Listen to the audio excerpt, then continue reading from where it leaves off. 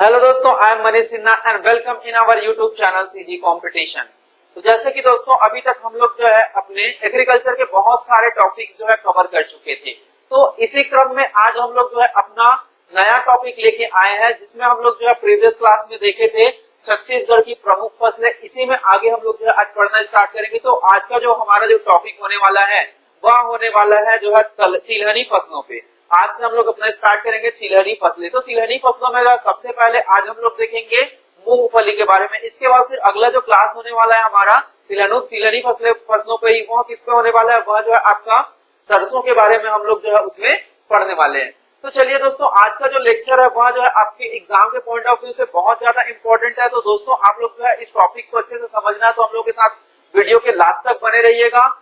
और हमारा वीडियो पसंद आता है तो आप लोग जो हमारे वीडियो को लाइक कीजिएगा और ज्यादा से ज्यादा अपनी फैमिली और फ्रेंड्स के साथ में शेयर कीजिएगा। और हाँ दोस्तों, हमारे जो चैनल है सीजी कंपटीशन, उसको आप लोग जो है सब्सक्राइब करना ना भूले और बेल आइकन पे प्रेस कीजिए, ताकि हमारे वीडियो से आने वाला जो भी नोटिफिकेशन है वह जो है सबसे पहले आप तक पहुंचते रहे। तो चलिए दोस्तों, अब हम लोग जो है स्टार्ट करते हैं मूंगफली के बारे में। मूंगफली, तो दोस्तों पता ही होगा कि मूंगफली जो है क्या है यार। मूंगफली जो है भारत में जो है उगाए जाने वाली तिलहनी फसलों में जो है सबसे पहले है। ठीक है, सबसे पहले तो सबसे ज्यादा तिलहनी फसल वह जो है किसी देश में उगाया जाता, तो वहाँ कौन सा देश है? भारत। ठीक है, अब जो है भारत को जो है, सॉरी भारत बोलता हूँ, आपका जो मूंगफली है, मूंगफली को जो है एक और नाम से जाना जाता है। वह नाम क्या है? King of oil seed crop. ठीक है, king of oil seed crop के नाम से भी जाना जाता है। ठीक है, अब उसके बाद फिर जो है, अब इसको एक और नाम से जाना जाता है, इसको जो अर्थ नट के भी नाम से जाना जाता है, या फिर इसको जो है मंकी नट भी बोला जाता है। अब ये जो आपका जो मूंगफली है दोस्तों, वह क्या है? भारत में मूंगफली लाने का श्रेय जो है किसको जाता है? वह जो है जेसुफ फादर। किसको? जेसुफ फादर को। इससे पहले जो है मूंगफली जो है भारत में नहीं लगाया जाता था, तो इसको जो है मूंगफली को जो है भारत में कौन लेके आया? जेसुफ फादर। और अब पूछा जाता है कि मूंगफली में जो है सबसे ज्यादा क्या पाया जाता है, तो फिर मूंगफली में दोस्तों सबसे ज्यादा जो पाया जाता है वह है नाइट्रोजन। ठीक है, नाइट्रोजन पाया जाता है। मूंगफली के खली में क्या पाया जाता है? नाइट्रोजन पाया जाता है, जो कितना प्रतिशत रहता है? 7.29% क्या पाया जाता है? मूंगफली के खली में नाइट्रोजन पाया जाता है। ठीक है, और जो मूंगफली राष्ट्रीय मूंगफली अनुसंधान केंद्र, यह कहाँ पे स्थित है? यह जो दोस्तों आपका जूनागढ़ जो कि गुजरात में है, वहां पे स्थित है। अब हम लोग बात करते हैं कि मूंगफली में कौन सा विटामिन पाया जाता है। तो दोस्तों मूंगफली में पाया जाता है आपका विटामिन ई। मूंगफली में कौन सा विटामिन पाया जाता है? विटामिन ई, जिसको हम लोग जो है ब्यूटी विटामिन के नाम से भी जानते हैं। ठीक है, अब पूछा जा सकता है आपको, भारत में कितने प्रतिशत मूंगफली का उपयोग तेल बनाने के लिए किया जाता है? भारत में कितने प्रतिशत मूंगफली का उपयोग तेल बनाने के लिए किया जाता है? तो दोस्तों इसका आंसर होगा आपके पास 81%। कितना होगा? 81%। अब उसके बाद फिर जो हमारा जो रेगुलर क्वेश्चन है वो स्टार्ट होता है। सबसे पहले आपको क्या पूछेगा? वानस्पतिक नाम, कि मूंगफली का वानस्पतिक नाम क्या है?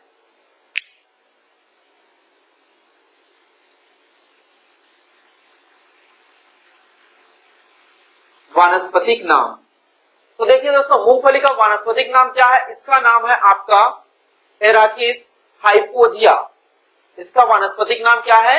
एराकिस हाइपोजिया। एराकिस हाइपोजिया।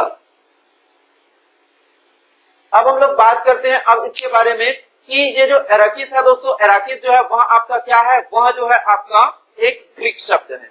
ठीक है, कौन सा शब्द है? ग्रीक शब्द है, जिसका मतलब क्या होता है? जिसका मतलब होता है पोड। जिसका मतलब क्या होता है? एराकिस का मतलब यह आपका एक ग्रीक शब्द है, जिसका मतलब क्या होता है? पोड। ठीक है, और ये आपका जो हाइपोजिया है, हाइपोजिया भी जो है क्या है आपका? यह भी जो है एक ग्रीक शब्द है, जिसका मतलब होता है धरातल के नीचे। धरातल के नीचे मतलब जो मूंगफली होता है, उसका जो उपज होता है वो कहाँ पर होता है? उसका उत्पादन होता है वो कहाँ पर होता है? जमीन के नीचे होता है। ठीक है, अब पूछा जा सकता है आपका जो है नेक्स्ट क्वेश्चन कि यह जो है कौन से कुल से है? कौन से कुल से है? या इसको इसका जो है फैमिली भी बोला जाता है। तो इसका जो फैमिली होगा वो क्या होगा, फैबेसी। क्या होगा, फैबेसी। फैबेसी, जिसको हम एक और नाम से जानते हैं, क्या नाम था वह जो है आपका, लिग्योमेनेसी। लिग्योमेनेसी के नाम से भी जो है इसी को जानते हैं, किसको, फैबेसी को। अब है इसका उपकुल। तो दोस्तों इसका उपकुल क्या होगा, इसका उपकुल होता था पेपिलियोसी, पेपिलियोनेसी। इसका जो उपकुल होगा वो क्या होगा, पेपिलियोनेसी। अब अगले प्रश्न अब हमको पूछा जा सकता है इसके उत्पत्ति स्थल के बारे में। तो दोस्तों मैं पहले ही बताया था कि इसको जो भारत में कोई और लेके आया था, उसका नाम क्या था, जेसफ फादर। ठीक है, तो इसका जो उत्पत्ति स्थल है वह पूछा जाएगा आपको, तो वह क्या है, वह जो है आपका ब्राजील है। उत्पत्ति स्थल क्या है इसका, ब्राजील है। अब हम लोग बात करते हैं कि इसके दाने में जो है तेल सबसे ज्यादा पाया जाता है, तो तेल का मात्रा कितना प्रतिशत होता है। तो दोस्तों इसमें जो है इसके दानों में जो तेल का मात्रा होता है वह होता है आपका 45.50%। तेल जो है वो कितना पाया जाता है आपका 45.50% जो है यहाँ पे तेल पाया जाता है। अब इसमें सेकंड नंबर पे क्या पाया जाता है, वह है आपका प्रोटीन। सबसे ज्यादा मूंगफली में क्या पाया जाता है, प्रोटीन।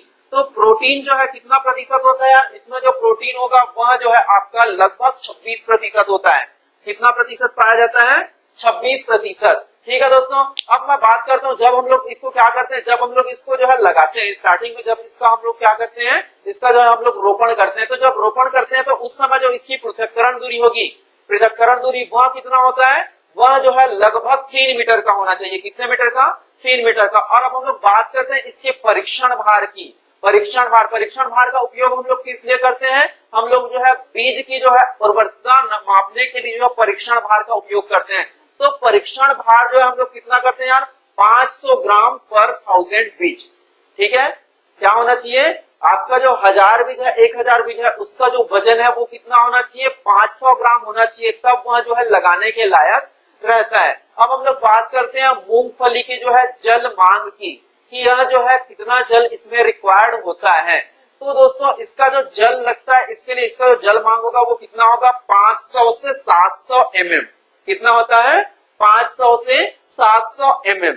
अब जब इसको लगा लिए तो अब हमको क्या चाहिए, लगाने के लिए हम लोगों को जो है एक उपयुक्त तापमान की भी जरूरत चाहिए। तो तापमान जो है जो अलग अलग तरीके से लगता है, कौन कौन से अलग अलग तरीके से, अंकुरण के लिए अलग होगा और किसके लिए, वृद्धि के लिए अलग होगा। तो दोस्तों अंकुरण के लिए जो इसका उपयुक्त तापमान होता है वह होता है आपका 25 से 27 डिग्री। कितना होता है दोस्तों, 25 से 27 डिग्री। अब मैं बात करता हूं इसकी वृद्धि के लिए। तो वृद्धि के लिए इसके लिए जो उपयुक्त तापमान होगा वह होगा आपका 27 से 32 डिग्री। कितना होगा, 27 से 32 डिग्री। ठीक है, अब उसके बाद फिर अब मैं बात करता हूँ मूंगफली के लिए जो सीलिंग प्रतिशत का। ठीक है, मूंगफली के लिए सीलिंग प्रतिशत, तो वह कितना होता है, वह जो है 70% होता है। ठीक है, कितना, 70%। ठीक है, यह क्या होता है आपका दाना व छिलका का प्रतिशत होता है। सीलिंग प्रतिशत किसको बोलते हैं, दाना व छिलका का प्रतिशत। तो यह कितना होता है आपका 70% होता है। अब देखो भारत में जो है सबसे ज्यादा पूछा जाता है आपको, भारत में जो है मूंगफली का जो उत्पादन है वह जो है सबसे ज्यादा कौन से राज्य में होता है, कौन से राज्य में होता है, तो यह होता है आपका गुजरात में।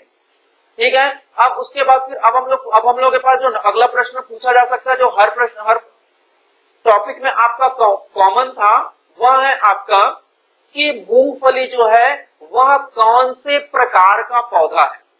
मूंगफली जो है वह कौन से प्रकार का पौधा है। तो दोस्तों ये जो आपका जो मूंगफली का जो पौधा है उसका प्रकार का क्या होगा, इसका जो प्रकार है दोस्तों वह होता है C3 प्रकार का। और C3 प्रकार है तो यह क्या होगा, यह जो है स्वयं परागित होता है।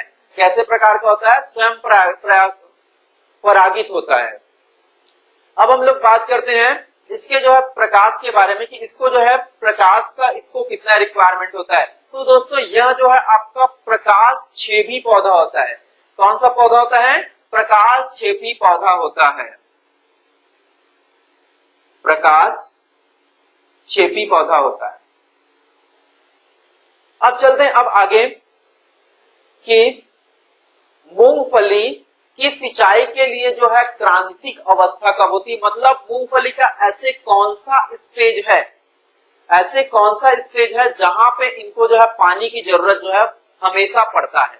तो दोस्तों क्या होता है, जब तक जो है क्या नहीं होगा, मूंगफली में जो है जब तक उसमें जो है जब तक उसमें कोई सुइयां ना पड़ जाए, सुइयां पड़ने का मतलब उसमें जो है अंकुरण ना आ जाए, तब तक जो है उसमें जो है पानी की जो है जरूरत पड़ती है। अब हम लोग बात करते हैं इसकी रोपण दूरी की। जब हम लोग इसकी रोपाई करते हैं तो इसकी रोपण दूरी की, तो वह जो है क्या होता है, यह जो है मूंगफली आपका दो अलग अलग तरीके का होता है, आपको पता ही होगा कौन कौन सा पौधा होता है। एक फैलने वाली पौधा होती है मूंगफली की, दूसरा जो होता है वह गुच्छे वाला होता है। तो दोनों के लिए दोस्तों जो रोपण दूरी होता है वह क्या होता है, अलग अलग होता है। जैसे फैलने वाले पौधे हैं, फैलने वाली किस्म का जो पौधा होता है उसके लिए जो रोपण दूरी होगा वो कितना होगा, वह होगा आपका 45 से 15 सेंटीमीटर। कितना होता है, 45 गुना 15 सेंटीमीटर। कितना होता है आपका 45 गुना 15 सेंटीमीटर। इसके लिए कौन से के लिए, कौन से प्रकार के लिए, यह होता है आपका फैलने वाली किस्म के लिए। और दूसरा होता है मेरे पास में गुच्छे वाला। तो गुच्छे वाले के लिए कितना होगा, जो गुच्छे वाला जो मूंगफली का प्रकार होता है उसके लिए जो है 30 गुना 10 सेंटीमीटर। 30 गुना 10 सेंटीमीटर। अब हम लोग बात करते हैं इसके बारे में कि जो मूंगफली का जो है गुच्छे वाली संधि बढ़ने वाली मूंगफली की, यह जो है मूंगफली का जो है कौन सा किस्म है जो गुच्छे के साथ में जो है ज्यादा सबसे ज्यादा बढ़ता है, तो वह है आपका एरिकिस हाइपेजिया किस्म का। ठीक है, कौन सा है, एरिकिस हाइपेजिया किस्म का। अब इसकी हम लोग बात करते हैं प्रमुख किस्मों की। तो इसमें जो है प्रमुख किस्में होंगी, वह फैलने वाली कौन कौन सा होता है दोस्तों, वह होता है आपका चंद्रा, M13 और M37, टाइप 28, RS1, फूले, फूले प्रगति। यह जो है क्या है, यह जो है फूलने वाली मूंगफली की जो है प्रजाति है। और नेक्स्ट आपको पूछा जा सकता है सीधे बढ़ने वाली प्रजाति के बारे में। तो दोस्तों इसके जो सीधे बढ़ने वाली प्रजाति होगी मूंगफली के, वहां कौन कौन सा होता है, ज्योति होता है, चित्रा होगा, और CG2 होता है, TMV7 और TMV9, AK12 और AK24। यह जो है क्या होता है, यह जो है मूंगफली की सीधे बढ़ने वाली प्रजाति है। अब मैं बात करता हूँ फैलने वाली किस्मों के लिए। तो फैलने वाली इसके जो किस्में होता है, ठीक है, उसका जो है बीज दर कितना होता है, फैलने वाले जो किस्में होता है इसके लिए जो है बीज दर वो कितना होगा, मतलब जो है 1 हेक्टेयर में कितना जो है उसको लगाया जाता है। तो वह जो है दोस्तों कितना होता है, 70 से 80 केजी पर हेक्टेयर। कितना होता है, 70 से 80 केजी पर हेक्टेयर। अब मैं बात करता हूँ सीधे बढ़ने वाली किस्मों के लिए। तो सीधे बढ़ने वाली किस्मों के लिए जो है बीज दर होगा वो कितना होगा, 80 से 100 केजी पर हेक्टेयर। ठीक है, अब मैं बात करता हूँ मूंगफली की पेपिंग क्रिया के लिए। तो पेपिंग क्रिया के लिए जो मूंगफली को कितने दिन की जरूरत होती है, वह जो है बुआई के 55 दिनों के बाद। कितने दिनों के बाद, बुआई के 55 दिनों के बाद। अब नेक्स्ट प्रश्न पूछा जा सकता है, मूंगफली का निर्माण बीज विकास की बुआई के कितने दिन बाद होता है। ठीक है, कितने दिन बाद होता है, तो वह होता है दोस्तों 70 दिनों के बाद। कितने दिनों के बाद, 70 दिनों के बाद। मूंगफली में बुआई के कितने दिन बाद पुष्प आ जाते हैं, तो पुष्प कितने दिन में आएगा, वह होता है आपका 35 से 40 दिन में। कितने दिन में, 35 से 40 दिन में। अब आपको अगला प्रश्न पूछा जा सकता है कि मूंगफली में किस तत्व की कमी के कारण मूंगफली के दाने का विकास नहीं हो पाता। मूंगफली में कौन से पोषक तत्वों के कमी के कारण मूंगफली के दाने का विकास नहीं हो सकता। जैसे कि आप लोग देखते हैं कि कभी कभी जो है मूंगफली का जो दाना है वहां क्या रह जाता है, छोटा रह जाता है। तो उसका कारण क्या है, वह जो है कैल्शियम की कमी की वजह से होता है। किसके कमी की वजह से, कैल्शियम के कमी की वजह से। और दोस्तों अब इसमें जो है मूंगफली में जो है हम लोग किसका प्रयोग करते हैं, मूंगफली में जो है मूंगफली को जब हम लोग बुआई करते हैं तो उसमें जो है हम लोग जिप्सम का भी प्रयोग करते हैं। जिप्सम का केमिकल फॉर्मूला क्या होता है, CaSO4 2H2O। ठीक है, इसका हम लोग क्या करते हैं, प्रयोग करते हैं। कहाँ पे, जब हम लोग जो है मूंगफली की बुआई करते हैं तब उस खेत में हम लोगों को जो है जिप्सम का प्रयोग करते हैं। तो जिप्सम का प्रयोग जो है बुआई के कितने दिन पहले करना चाहिए, बुआई के क्या करते हैं उसके पहले करते हैं। तो फिर कितने दिन पहले करना चाहिए, तो दोस्तों आपका आंसर होगा 30 दिन पहले। कितने दिन पहले, 30 दिन पहले। अब उसके बाद फिर अब जो नेक्स्ट प्रश्न पूछेगा आपका कि जिप्सम का प्रयोग तो करते हैं लेकिन कितना प्रयोग करना चाहिए, तो यह होता है दोस्तों आपका 250 किलोग्राम जिप्सम पर हेक्टेयर। कितना करते हैं, 250 किलोग्राम जिप्सम पर हेक्टेयर जो है हम लोग को प्रयोग करना पड़ता है मूंगफली की खेती के लिए। अब मूंगफली की जो बुआई होती है, मूंगफली की जो बुआई होती है दोस्तों, आप लोगों को पता ही होगा कि यहाँ जो है आपके खरीफ फसल के समय भी बो सकते हैं और रबी फसल के समय भी बो सकते हैं। तो आपको पता ही होगा कि जो खरीफ फसल है, ठीक है, खरीफ फसल है उसमें जो है कब बोया जाता है, यह जो है आपका जून जुलाई में बोया जाता है, और रबी फसल है वह कब बोया जाता है आपका, यह जो आपका सितंबर अक्टूबर में बोया जाता है। अब उसके बाद फिर अब हम लोग देखते हैं मूंगफली से संबंधित कुछ रोग के बारे में। उससे पहले हम लोग देख लेते हैं इसमें जो है लगने वाली जो कीट है उसके बारे में। तो इसमें जो लगने वाली जो कीट है वह जो है सबसे ज्यादा क्या है, वह जो है आपका है सफेद लट। सबसे ज्यादा क्या लगता है, सफेद लट, जिसको हम लोग जो है होलोट्रेकिया के नाम से भी जानते हैं। किसके नाम से, होलोट्रेकिया के नाम से भी जानते हैं, जो कि मूंगफली की गर्भ अवस्था में लगता है। अब मूंगफली से संबंधित कुछ रोग है, वह है आपका, सबसे पहले पूछा जाता है आपको मूंगफली के रोगों के बारे में, तो आपका नाम याद रखेंगे आप लोग। सबसे पहले आपके पास में टिक्का रोग, जिसको हम लोग अगेती के नाम से जानते हैं, टिक्का रोग जिसको अगेती के नाम से भी जानते हैं। उसके बाद फिर होता है दोस्तों, नेक्स्ट होता है पिछेती। ठीक है, पिछेती मतलब जो है बाद में लगता है, वह रोग आपका कौन सा होता है, पैरसोनेटा। कौन सा रोग है, पैरसोनेटा। अब उसके बाद फिर जो नेक्स्ट होगा वो कौन सा होगा, रोजेक का गुच्छ रोग। कौन सा रोग होगा, रोजेक का गुच्छ रोग, जो किसके वजह से होता है, जो कि जो है आपका विषाणु के द्वारा होता है। किसके द्वारा होता है, विषाणु या वायरस के द्वारा होता है, जिसका जो संचरण कौन करता है, संचरण जो है इसका एफिड रोग करता है। कौन करता है इसका संचरण, एफिड रोग। अब हम लोग बात करते हैं इसके जो है नेक्स्ट रोग की, वह कौन सा होगा आपका, चारकोल रोट रोग। मूंगफली में होने वाला जो नेक्स्ट रोग होगा वो कौन सा होगा, चारकोल रोट रोग, जो कि किसके द्वारा संचरण होता है, जो कि कवक के द्वारा संचरण होता है। किसके द्वारा, कवक के द्वारा, जिसको हम लोग जो है मैक्रोफैमना के नाम से भी जानते हैं। किसके नाम से, मैक्रोफैमना के नाम से भी जानते हैं। तो दोस्तों मूंगफली से रिलेटेड आपके पास में जो है कुछ इतना ही प्रश्न पूछा जा सकता है। चलिए दोस्तों अब हम लोग देखते हैं सोयाबीन के बारे में। तो दोस्तों आपको पता ही होगा कि सोयाबीन जो है क्या है, सोयाबीन भी जो है आपका एक तिलहनी पौधा है, जिसका जो है रोपण जो है कब किया जाता है, जिसका रोपण आपका रबी फसल में भी और खरीफ फसल में भी दोनों समय में किया जा सकता है। ठीक है दोस्तों, अब मैं बात करता हूं सोयाबीन के जो है अन्य प्रसिद्ध नामों के बारे में। सोयाबीन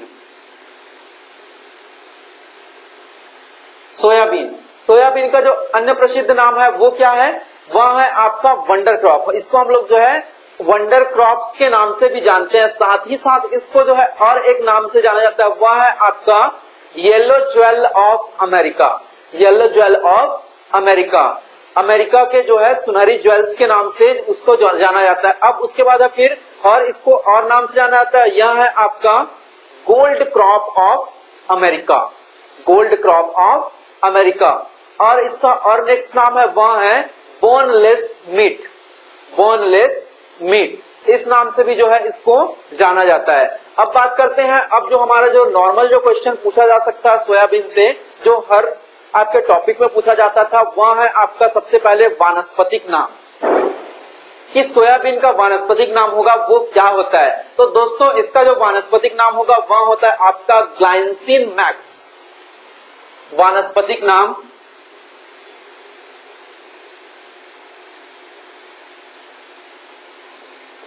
यह होता है इसका ग्लाइसिन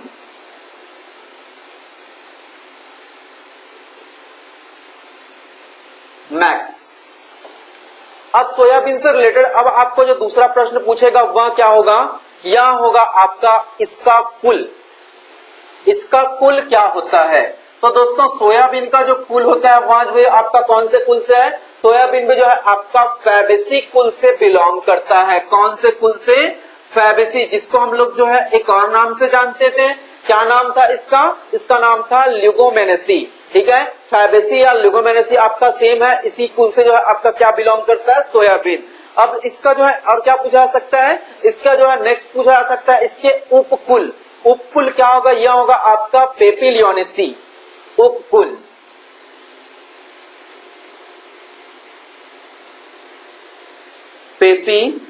पेपिलियोनेसी, यह जो है इसका उपकुल है दोस्तों। अब अगला प्रश्न आपको पूछेगा वह रहेगा इसके उत्पत्ति स्थल के बारे में। तो सोयाबीन का जो उत्पत्ति स्थल है वह कहाँ है, वह जो है चीन। कहाँ पे है, चीन। अब अगला प्रश्न पूछा जा सकता है इसके गुणसूत्र संख्या के बारे में, कि सोयाबीन में जो है गुणसूत्र है वह कितना पाया जाता है। तो दोस्तों इसका जो गुणसूत्र जो होता है वह कितना होता है आपका 2n डबल बॉन्ड 40। कितना होगा, 2n डबल बॉन्ड 40।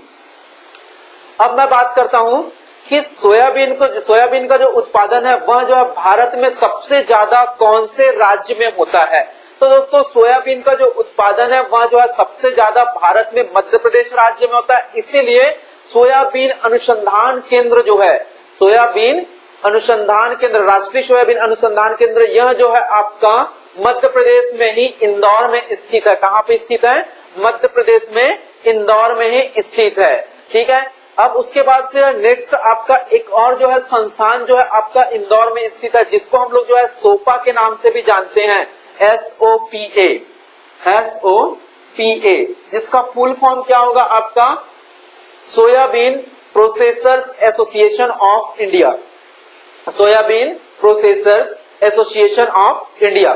तो दोस्तों यह जो है आपका कहां पे स्थित है, यह भी आपका इंदौर में स्थित है। अब पूछा जा सकता है कि इसका जो परीक्षण भार होता है, सोयाबीन का परीक्षण भार होता है वह कितना होता है, वह जो है 55 ग्राम।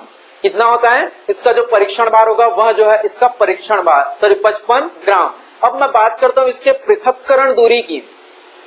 जब हम लोग पौधे लगाते हैं तो इसके पृथक्करण दूरी जो है वो कितना होना चाहिए, तो यह दोस्तों इसका 30 मीटर का, कितने मीटर का होना चाहिए, 30 मीटर का। अब मैं बात करता हूं कि यह जो है आपका कौन से टाइप का पौधा है, तो यह भी दोस्तों आपका C3 टाइप का पौधा है, C3 प्रकार का पौधा है। जब C3 प्रकार का है तो इसमें परागण कैसे होगा, यह जो है स्वयं परागित होगा।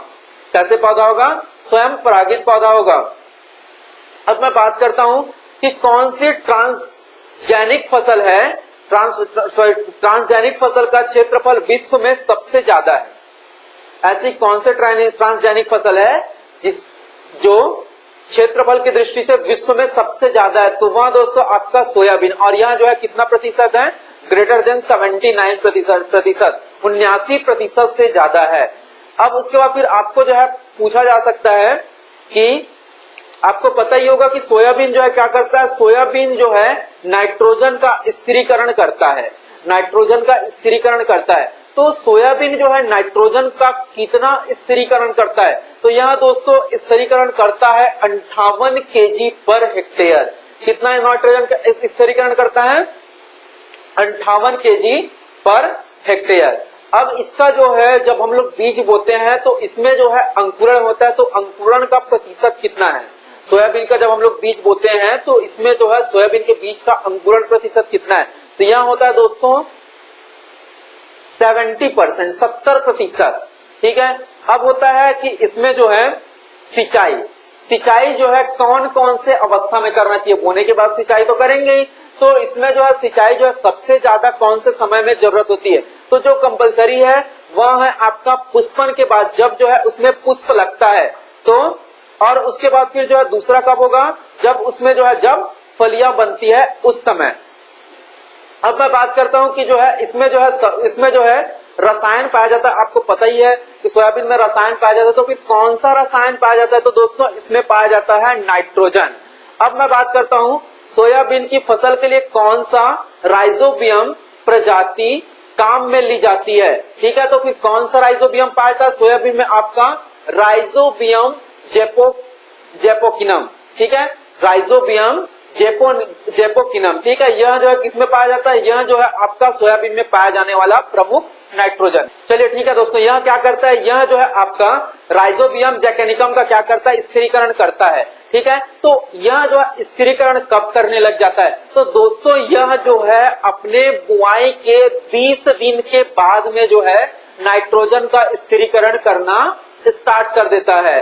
अब आपको पूछेगा कि कभी कभी आप लोग देखना कि सोयाबीन जब हम लोग क्या करते हैं, उसकी कटाई करते हैं, तो उसका जो बीज का रंग है वह क्या हो जाता है, वह जो है काला हो जाता है। तो काला वह जो है किसके कारण होता है, वह जो है आपका एंथोसाइनिन के नाम, एंथोसाइनिन की वजह से क्या हो जाता है, उसका जो बीज है वो काला पड़ जाता है। और यहाँ भी जो है आपका एक प्रकाशक्षेपी टाइप का पौधा, प्रकाशक्षेपी प्रकार का पौधा है। अब उसके बाद फिर पूछता है कि सोयाबीन जब हम लोग लगाते हैं तो वह जो है 1 हेक्टेयर में कितने पौधे का रोपण करना चाहिए, कितने पौधे लगाना चाहिए। तो लगभग दोस्तों 3 लाख पौधा जो है 1 हेक्टेयर में लगाया जाता है सोयाबीन का। अब मैं बात करता हूँ इसका जो है बीज दर की, तो इसका जो बीज दर होगा वह कितना होता है 80 से 100 केजी पर हेक्टेयर। ठीक है, मैं पौधों की बात करूं तो कितना होगा, वह जो है आपका 3 लाख पौधे पर हेक्टेयर, और मैं बीज की बात करूं तो 80 से 100 केजी पर हेक्टेयर। अब इसका जो बुआई का जो समय होता है वह जो है सबसे ज्यादा हमारे यहाँ जो सोयाबीन है वह कौन से समय में लगाया जाता है, वह जो है खरीफ फसल के समय में लगाया जाता है। मतलब कौन से समय में लगाया जाएगा, लगभग 15 से 30 जून के बीच में जो है इसको लगाया जाता है। अब इसका जो रोपण दूरी जो होता है, रोपण दूरी होता है वहां आपका 30 गुणा 10 सेंटीमीटर। रोपण दूरी कितना होता है, 30 गुणा 10 सेंटीमीटर। अब उसके बाद फिर नेक्स्ट प्रश्न आपको पूछा जा सकता है कि सोयाबीन की दाल में दुर्गंध उत्पन्न करने वाला एंजाइम कौन सा है। ठीक है, तो यह है दोस्तों आपका लिपोक्सिडेज एंजाइम। यह जो है इसी की वजह से क्या रहता है, सोयाबीन में जो है एक अलग ही प्रकार का जो है गंध पाया जाता है। ठीक है, और इसी गंध की वजह से क्या होता है कि जो सोयाबीन का दाल है उसको खाया नहीं जाता। अब उसके बाद है फिर सोयाबीन में जो है क्या पाया जाता है, सोयाबीन में जो है आपका 2 और तत्व जो है पाया जाता है। वह होता है सबसे पहले आपके पास में लाइसिन और होता है ट्रिप्टोफैन। ठीक है, क्या क्या पाया जाता है, लाइसिन पाया जाता है और ट्रिप्टोफैन पाया जाता है। तो यह जो है कितना कितना प्रतिशत पाया जाता है, तो दोस्तों उसमें जो लाइसिन पाया जाता है वह रहता है 6.2%। लाइसिन कितना पाया जाता है, 6.2%। और ट्रिप्टोफैन जो है कितना पाया जाता है, ट्रिप्टोफैन पाया जाता है इसमें आपका 1.4%। कितना पाया जाता है, 1.4%। ठीक है, अब आपको अगला प्रश्न पूछा जा सकता है कि सोयाबीन में कौन सा भंडारण पाया जाता है। तो इसमें दोस्तों जो भंडारण पाया जाता है वहां होता है आपका नोडोलिन।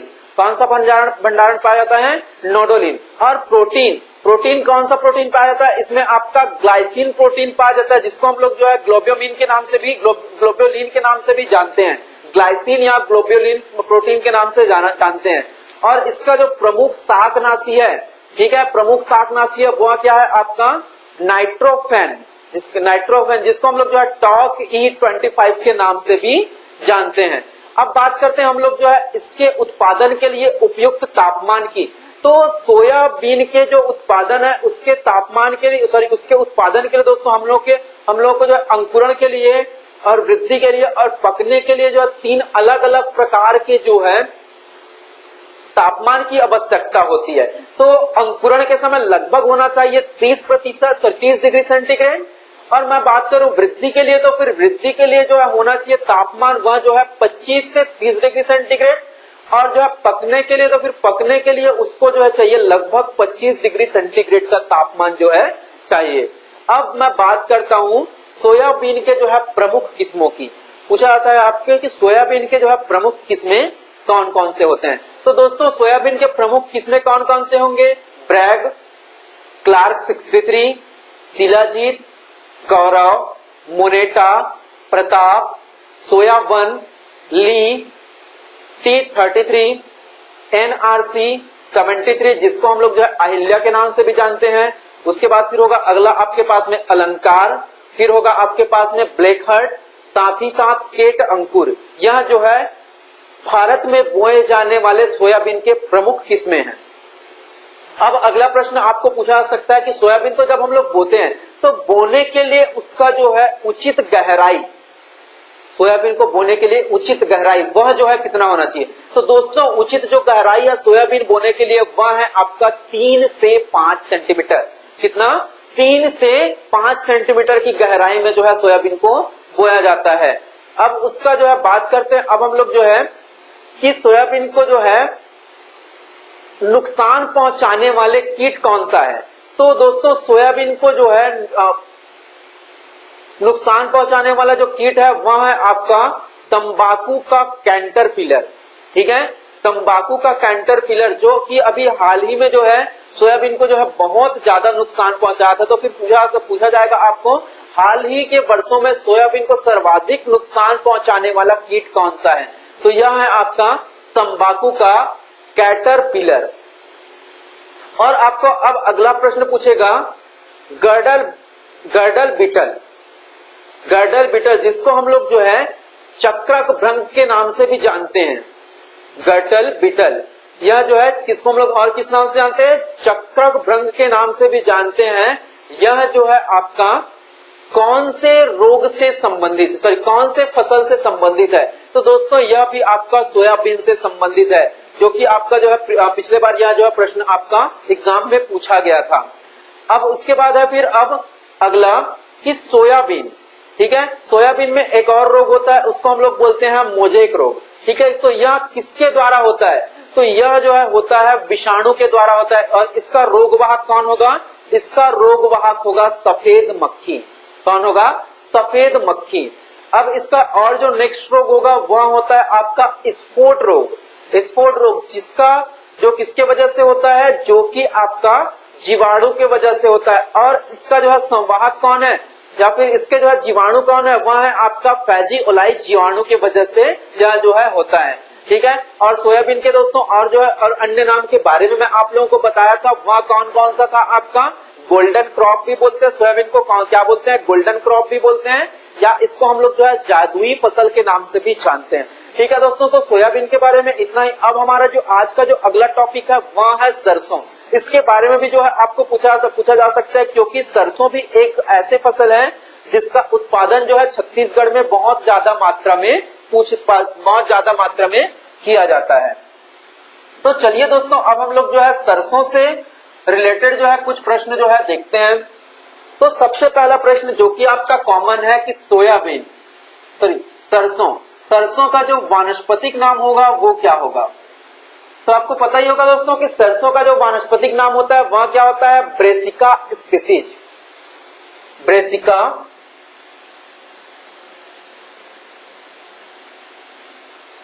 स्पीसीज। अब मैं बात करता हूं कि यह जो है कौन से कुल से बिलोंग करता है, कौन से कुल से होता है, या फिर यह जो है कौन से फैमिली का है? तो यह है दोस्तों आपका कुसीफेरी, ठीक है। कौन से कुल से है? कुसीफेरी कुल से जो है यहां आपका बिलोंग करता है। कुसीफेरी। और आपको पता ही होगा कि सरसों में भी जो है क्या पाया जाता है? सरसों में भी जो है आपका प्रोटीन पाया जाता है। तो पूछा जाएगा कि कितना प्रतिशत पाया जाता है? तो यहाँ आपका 24 से लेकर 30% तक पाया जाता है। और आप लोग देखते हो दोस्तों कि सरसों में जो है एक और चीज जो है पाया जाता है, वह सरसों में जो है तीखापन होता है। सरसों में क्या होता है? तीखापन होता है। इसीलिए क्या होता है, जब सरसों का जब तेल निकालते हैं तो वहां आसपास में रहने पे जो है आंखों से आंसू आने लगता है। तो इसमें जो है एक केमिकल्स पाया जाता है, उसके वजह से होता है। तो वह जो केमिकल्स है वह है आपका आइसोथायोसाइनेट, ठीक है। कौन सा केमिकल्स पाया जाता है आपका सरसों में? आइसोथायोसाइनेट जो है वहां पे पाया जाता है सरसों में। अब उसके बाद फिर अब जब हम लोग लगाते हैं तो फिर इसमें जो है पंक्ति की जो रोपण दूरी होती है, सरसों की पंक्ति में जो रोपण दूरी होती है वह कितना होना चाहिए आपका? 30 से 10 सेंटीमीटर। कितना होना चाहिए इसकी जो रोपण दूरी है वह जो है आपका 30 गुणा 10 सेंटीमीटर। अब हम लोग बात करते हैं कि सरसों में जो है कभी कभी आप लोग देखना कि क्या होता है, उसमें जो है पीलापन भी आता है। तो सरसों में जो पीलापन होता है वह जो है किसके वजह से होता है? वह जो है आपका कैरोटीनॉइड के वजह से वहां जो है सरसों में पीला रंग जो है पाया जाता है। और जो सरसों का जो उत्पादन है तिलहनी फसलों में जो है क्या है? दूसरे स्थान पर है। पहले स्थान पर क्या है आपका? पहले स्थान पर है मूंगफली और दूसरे स्थान पर है सरसों तिलहनी फसलों में। अब मैं बात करता हूं इसके लिए जो है उपयुक्त तापमान की। तो इसके लिए दोस्तों उपयुक्त जो तापमान होगा सरसों के लिए, वह तापमान कितना होता है सरसों के पौधों के लिए? वह होगा आपके पास में 18 से 20 डिग्री सेंटीग्रेड। कितना तापमान? 18 से 20 डिग्री सेंटीग्रेड। और सरसों की कटाई का सूचकांक की वहां पे जो है नमी जो है 25% से ज्यादा नहीं होना चाहिए। तब हम लोग क्या कर सकते हैं? हम लोग जो है सरसों की कटाई कर सकते हैं। अब है सरसों के दानों का परीक्षण भार। तो सरसों के दानों का परीक्षण भार जो है कैसे किया जाता है? 3 से 4 ग्राम पर 1000 सीड, ठीक है, मतलब 1000 सरसों के जो बीज का जो वजन है वो कितना होना चाहिए, लगभग 3 से 4 ग्राम होना चाहिए। अब पूछा जाएगा कि इसको जो है जब बोते हैं तो इसको जो है कितनी गहराई में बोना चाहिए, तो यह होगा आपका 2.5 से लेके 3 सेंटीमीटर की गहराई में। अब देखो, अभी जो हम लोग जो है क्या देखे थे, अभी हम लोग जो है देखे थे वानस्पतिक नाम सरसों का, लेकिन यह जो है भारत में यह सरसों जो है नहीं पाया जाता। तो सरसों का जो है भारत में जो वानस्पतिक नाम होगा वह क्या होगा, ब्रेसिका जुन्सिया। ठीक है, भारत में जो सरसों जो बोते हैं उसका वानस्पतिक नाम क्या है, ब्रेसिका जुन्सिया। और दोस्तों साथ ही साथ जो है सरसों के खली में जो है एक हानिकारक पदार्थ भी पाया जाता है, और वह जो हानिकारक पदार्थ है उसको हम लोग क्या बोलते हैं, ग्लूकोसिनोटिस के नाम से जानते हैं, जो कि कितना प्रतिशत पाया जाता है, उसके खली में जो है 0.5% पाया जाता है। ठीक है, अब इसके बाद फिर देखते हैं हम लोग जो है इसके बीज दर के बारे में, मतलब सरसों के बीज दर के बारे में कि कितना सरसों जो है पर हेक्टेयर बोया जाता है। तो दोस्तों लगभग बोया जाता है 5 से 6 केजी पर हेक्टेयर सरसों जो है एक खेत में बोया जाता है। और यदि हम लोग जो है क्या करते हैं, यदि हम लोग जो है अब सरसों को मिश्रित फसल के रूप में उपयोग करते हैं, तो जब मिश्रित फसल के रूप में उपयोग करेंगे तो फिर क्या करेंगे, आपका जो है नॉर्मल जो फसल होता है उससे कम जो है वहां पे बीज लगाया जाएगा। तो वहां कितना होगा आपका 2 से 3 केजी पर हेक्टेयर। अब हम लोग देखते हैं दोस्तों नेक्स्ट प्रश्न आपका जो पूछा जाएगा वह होगा आपका पीली सरसों के बारे में, सरसों के किस्मों के बारे में। तो सरसों के जो है दोस्तों मोस्टली जो है 3 प्रजाति जो है यहाँ पे पाया जाता है। तो पहला प्रजाति कौन सा होगा आपका पीली सरसों। तो पीली सरसों के जो है और अलग अलग टाइप जो है आपका पाया जाता है, वह कौन कौन सा होगा आपका, बेनोब, टाइप 42, एग 3, K88, संगम और झुमका, यह जो है आपका पीले सरसों के प्रकार है। अब मैं बात करता हूँ भूरी सरसों की। तो भूरे सरसों में आपका कौन कौन सा आएगा, पूसा, कल्याणी, सुपला और BS70, तुमका, यह जो है क्या है, यह जो है आपका भूरी सरसों के प्रकार है। अब मैं बात करता हूँ सरसों या फिर जिसको हम लोग राई या फिर लाहा के भी नाम से जानते हैं, इसमें और कौन कौन सा आपका जो है प्रजाति हो सकता है आपका, पूसा बोल्ट, वरदान, रोहिणी, क्रांति, वसुंधरा, स्वर्ण ज्योति, अरावली, माया, बसंती, दुर्गामणी। हर बार जैव तकनीक द्वारा क्या किया जाता है, इसको जो है तैयार किया जाता है। देखो दोस्तों अभी तक हम लोग जो है, इससे पहले मैं आप लोगों को बताया था कि उसकी जो कटाई जो है क्या करते हैं, कटाई तब करते हैं जब सरसों में जो है नमी कितना प्रतिशत होना चाहिए, 25% होना चाहिए। अब मैं वही बात करता हूँ इसके भंडारण के लिए। तो भंडारण के लिए इसमें जो है कितनी प्रतिशत नमी होनी चाहिए, तो मैक्सिमम जो है 8% जो है वहां पे नमी होना चाहिए सरसों में, तब इसका भंडारण जो है किया जा सकता है। अब मैं बात करता हूँ सरसों के उपज की। तो दोस्तों सरसों का जो उपज होता है वह होता है लगभग 20 से 25 क्विंटल पर हेक्टेयर। कितना होता है, 20 से 25 क्विंटल पर हेक्टेयर। अब सरसों में जो लगने वाले जो प्रमुख कीट है वो कौन कौन सा है आपका, पेटेड बग, चैंपा और आरा मक्खी, यह जो है क्या है सरसों में लगने वाले प्रमुख रोग है, प्रमुख कीट है। और प्रमुख रोग कौन कौन से होंगे आपके, सफेद रोली जो कि आपका कवक की वजह से होता है, और अगला होता है आपके पास में जो है छाछाया रोग। ठीक है, तो ये जो है सरसों में होने वाले मुख्य जो है 2 रोग है। तो दोस्तों अब जो है सरसों में और जो है एक खरपतवार जो है और उपयोग करते हैं, उसका नाम है ओरेबंकी खरपतवार, यह भी जो है आपका इम्पोर्टेंट है। अब जो है अब बोलते हैं, अब हम लोग जो है सरसों के एक अन्य प्रकार के बारे में, जिसको हम लोग जो है सरसों के जंगली प्रकार के नाम से भी जानते हैं। तो इससे रिलेटेड आपका बस क्या पूछा जा सकता है, इसका परीक्षण बार। तो इसका जो परीक्षण बार होता है वह जो है लगभग 190 ग्राम तक का होता है। तो चलिए ठीक है दोस्तों, आज के लेक्चर में अब हम लोग जो है सोयाबीन के बारे में, मूंगफली के बारे में और सरसों, यह जो है आपके 3 तिलहनी मुख्य फसलें हैं भारत में बोए जाने वाली, जिसके बारे में अब हम लोग पढ़ चुके थे। अब हमारा जो टॉपिक था छत्तीसगढ़ की प्रमुख फसलें, यहाँ पे कंप्लीट होता है। तो ये जो आपका छत्तीसगढ़ का प्रमुख फसल है, यहाँ से लगभग इतने ही प्रश्न जो है आपके एग्जाम में पूछे जा सकते हैं। तो दोस्तों अब हम लोग मिलते हैं नेक्स्ट वीडियो में नए टॉपिक के साथ में। और हाँ दोस्तों, आज का जो वीडियो है वह जो है आप लोगों को पसंद आया है तो बिल्कुल आप लोग जो हमारे वीडियो को लाइक कीजिएगा, ज्यादा से ज्यादा अपने फैमिली और फ्रेंड्स के साथ में शेयर कीजिएगा और हमारा जो चैनल है सीजी कंपटीशन उसको आप लोग जो है सब्सक्राइब करना ना भूलें और बेल आइकन पर प्रेस कीजिए ताकि हमारे वीडियो से आने वाला जो भी नोटिफिकेशन है वह जो है सबसे पहले आप तक पहुंचते रहे। और दोस्तों ये जो टॉपिक था आज का, इससे रिलेटेड आपको जो भी डाउट आता है तो आप लोग जो है नीचे दिए हुए कमेंट सेक्शन पे हमारे साथ शेयर कीजिएगा। बिल्कुल आपको जो है नेक्स्ट वीडियो में इस टॉपिक से रिलेटेड जो भी आपका डाउट होगा उसको जो है क्लियर किया जाएगा। तो दोस्तों अब हम लोग मिलते हैं नेक्स्ट वीडियो में नए टॉपिक के साथ में, तब तक के लिए thank you and all the best.